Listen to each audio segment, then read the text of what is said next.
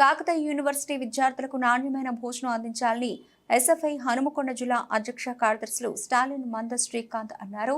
సోమవారం ఎస్ఎఫ్ఐ విద్యార్థి సంఘం ఆధ్వర్యంలో యూనివర్సిటీ విద్యార్థులతో కలిసి పరిపాలన భవనాన్ని ముట్టడించి అనంతరం ధర్నా నిర్వహించారు. ఈ సందర్భంగా వారు మాట్లాడుతూ కాకతీయ యూనివర్సిటీకి రెగ్యులర్ వీసీని నియమించాలి, అలాగే యూనివర్సిటీల విద్యార్థులకు మెనూ ప్రకారం భోజనం పెట్టడం లేదన్నారు. విద్యార్థులకు సరైన మౌలిక సదుపాయాలు లేవన్నారు. సమస్యలపై మాట్లాడితే ఎవరూ స్పందించడం లేదన్నారు. మెస్లో మెనూ పాటించడం లేదన్నారు. విద్యార్థులకు క్వాలిటీ రైస్, కూరలు పెట్టడం లేదన్నారు. అలాగే మజ్జిగ, పాలు, టీ కూడా సరిగా ఉంచడం లేదన్నారు.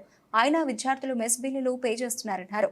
అనంతరం యూనివర్సిటీ రిజిస్టర్ మల్లారెడ్డి గారు హాస్టల్స్ డైరెక్టర్ స్పందించి వచ్చి అక్కడకు చేరుకుని విద్యార్థుల సమస్యలు పరిష్కరిస్తున్నారు.